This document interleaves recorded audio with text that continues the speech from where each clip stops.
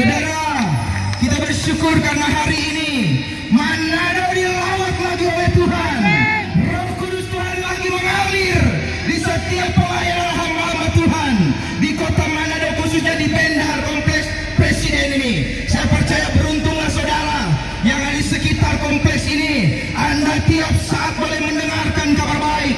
Anda boleh menerima mutiara-mutiara yang indah yang disampaikan oleh hamba-hamba Tuhan yang tidak mengenal terik panas matahari, hujan ataupun kedinginan. Saudara, bagi kami itu merupakan sebuah harta yang indah. Kenapa? Bagi kami prinsipnya lebih baik terbakar di dunia daripada kemudian terbakar di neraka. Saudara, kerinduan kami supaya hidup kami mempermuliakan nama Tuhan. Kami belajar dari seorang yang namanya Rasul Paulus, berkata dalam 1 Korintus 6 ayat 19b, berkata, celakalah aku apabila aku tidak memberitakan Injil. Celakalah pendeta-pendeta, hamba-hamba Tuhan yang menyandang predikat pendeta dengan gelar yang banyak, lalu Anda tidak menginjil, lalu Anda tidak menyampaikan firman Tuhan. Celakalah saudara. Kenapa? Karena dunia ini akan segera berakhir. Saudara, tanda-tanda akhir zaman yaitu tampil penginjil-penginjil jalanan. Ini salah satu tanda-tanda akhir zaman, sehingga banyak orang berkata betapa indahnya kedatangan pembawa pemberita kabar baik. Kami datang saudara, kami tidak diubah, kami tidak digaji, tapi kami dengan sukacita, dengan hati yang tulus, karena dari Yesus di hati kami, karena kasih Yesuslah yang menolong kami saudara untuk kami ada di tempat ini. Makanya kami berdiri sini saudara untuk menyampaikan kabar baik. Saudara, berapa kali saudara mendengar berita Injil? Mungkin di sini ada beberapa saudara yang sudah sering mendengarkan. Ingat, ada sebuah cerita, ada sebuah kisah di mana ketika Tuhan Yesus menyampaikan pesan pada waktu kedatangan akhir zaman, ada orang yang berkata, Tuhan, sedikit sajakah orang yang akan diselamatkan? Baca dalam Lukas pasal 13 ayat 20 sampai 30 saudara. Di sana dijelaskan ketika Tuhan Yesus mengatakan sedikit memang orang yang akan masuk kerajaan Allah. Maka saudara, mereka berkata, Tuhan, bukankah kami sudah makan di hadapan Engkau? Bukankah kami sudah mendengar Engkau mengajar di jalan-jalan kota kami? Kalau saudara baca dalam Lukas itu dikatakan demikian. Saudara, berapa kali saudara dengar berita ini? Berapa kali saudara dengar kabar baik ini? Tapi kalau saudara tetap mengeraskan hati, kami memang tidak pernah memaksa. Kami memang tidak pernah harus memaksa saudara untuk percaya dan mendengar. Tapi kami ingin peringatkan, jangan sampai apa yang dibuat dalam firman itu terjadi dalam hidupmu. Banyak orang sudah dengar Tuhan Yesus mengajar melalui hamba-hambanya, melalui pelayan-pelayannya, tapi orang-orang tidak peduli saudara. Hati-hati, karena di sana ada dikatakan, enyahlah kalian, aku tidak pernah mengenal kamu.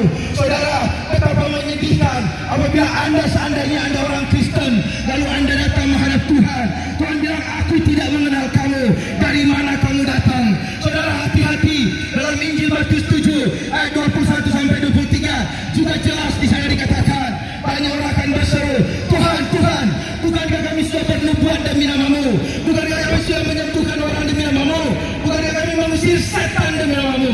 Saudara tanya, siapa mereka yang menyebut nama Tuhan, berdoa dengan menyebut nama Tuhan? Siapa orang-orang yang menyembuhkan dengan menyebut nama Tuhan? Kalau bukan orang-orang yang mengaku percaya. Saudara, makanya kami ingin ingatkan, kalau Anda orang percaya, orang yang mengaku Kristen hari-hari ini, saudara renungkan baik. Saya ingin memberi pesan, apabila kekristenanmu tidak menampilkan karakter Kristus, maka dipertanyakan keselamatanmu. Walaupun jaminan keselamatan itu pasti buat saudara dan saya. Dan bagi orang yang belum percaya, saya ingin mendorong saudara, firman Tuhan sudah disampaikan oleh hamba-hamba Tuhan. Tidak ada keselamatan yang terjadi di luar nama Tuhan Yesus. Sebab Yesus berkata dalam Kisah Para Rasul 4 ayat yang ke-12, di sana berkata, dan keselamatan tidak ada dalam siapapun juga, sebab di bawah kolong langit ini tidak ada nama yang lain yang olehnya manusia dapat diselamatkan. Saudara, tidak ada nama lain, kasihan. Ya, kalau orang Kristen jangan andalkan pendetamu. Orang Kristen jangan andalkan guru agamamu. Kalau Anda gantungkan keselamatan kepada mereka, Anda sudah melawan firman Tuhan.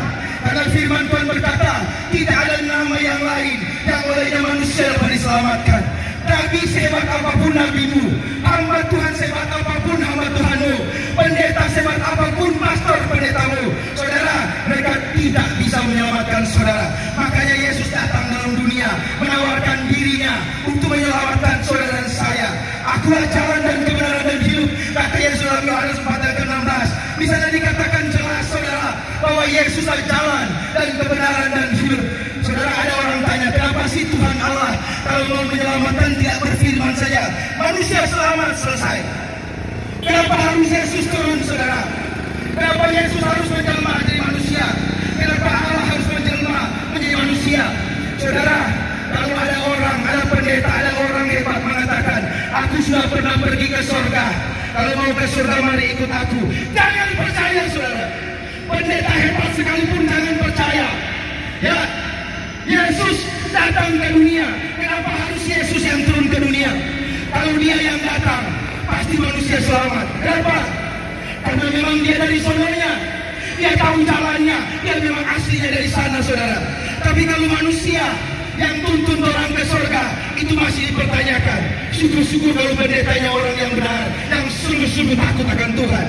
Ya, saudara, makanya gantungkan imanmu pada Yesus saja. Sebab hanya Yesus yang akan menjamin keselamatan hidup kita.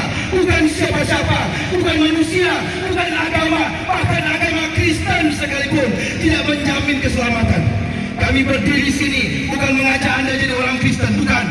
Kami mengajak saudara percaya pada yang namanya Yesus Tuhan dan Juru Selamat, menerima Dia sebagai Tuhan dan Juru Selamat. Itu yang kami lakukan. Karena itu kami datang beberapa golongan. Ada pendeta-pendeta dari beberapa denominasi gereja. Saya sendiri dari gereja Betel Papua, saudara. Saya seorang hamba Tuhan evangelis. Ya, saya hanya menyampaikan kebenaran karena saya belajar daripada Paulus. Celakalah aku apabila aku tidak memberitakan Injil, saudara. Makanya kami ada di sini sekali lagi. Kami datang karena hati kami menyayangi saudara. Karena hati kami tulus cinta kepada saudara. Jangan cuma kami yang selamat, tapi saudara juga yang belum selamat. Terimalah Yesus. Kenapa harus Yesus, saudara? Saya berani katakan, Yesus menjamin kepastian selamat. Yohanes 10 ayat 28 berkata, dan aku memberikan hidup yang kekal kepada mereka, dan seorang pun pasti tidak binasa. Catat baik-baik kata itu. Seorang pun pasti tidak binasa. Jadi kalau Yesus tawarkan keselamatan, bukan mudah-mudahan selamat, bukan semoga selamat, bukan insya Allah selamat, tapi pasti selamat, pasti selamat. Ya, makanya mari terima Yesus karena ada kepastian, saudara. Tinggal bagaimana ketika Anda sudah percaya, Anda hidup dalam pertobatan, undang Roh Kudus tuntun supaya Anda mengerjakan keselamatan yang sudah diberikan. Tapi soal kepastian selamat hanya di dalam nama Tuhan Yesus Kristus. Tidak ada tawar-menawar, saudara. Ya, kami menawarkan ini karena ini benih-benih yang baik, saudara. Kalau benih itu yang kami taburkan jatuh di tanah hati saudara yang subur, percayalah saudara, kalau saudara diselamatkan bukan keuntungan kami. Kami cukup berbahagia kalau Tuhan bilang, terima kasih hambaku, karena engkaulah ada umat yang datang kepadaku. Cuma sebatas itu, saudara. Kalau kita ketemu di surga, tidak mungkin kami minta uang kepada saudara. Saudara sudah selamat, kasih dong saya premi, kasih dong saya sesuatu. Tidak, saudara. Kebahagiaan kami sudah mengerjakan yang Tuhan perintahkan di bumi ini. Kami sudah mengerjakan apa yang Tuhan mau supaya semua orang dengar itu Injil. Makanya dikatakan Injil itu kabar baik. Ya, kalau kabar buruk, saya tidak berani menyampaikan di tempat ini. Tapi kalau saya percaya, bukan cuma sekedar kabar baik, tapi kabar yang mengandung kuasa kemuliaan, firman Tuhan, yaitu Yesus Kristus Tuhan. Makanya saya sudah singgung tadi, orang Kristen jangan gantungkan imanmu kepada pendetamu, kasihan. Jangan sombong dengan gerejamu. Kalau boleh bunuh itu perkataan-perkataan. Ini harga mati, itu harga mati. Organisasi ini harga mati. Sorry, organisasi tidak akan membawa engkau ke surga. Yang membawa engkau ke surga adalah imanmu dan ketaatanmu di dalam Yesus Kristus Tuhan. Makanya itu yang harus saudara kerjakan. Kami pun tidak mengajak Anda gabung dengan kami di organisasi kami. Tidak perlu.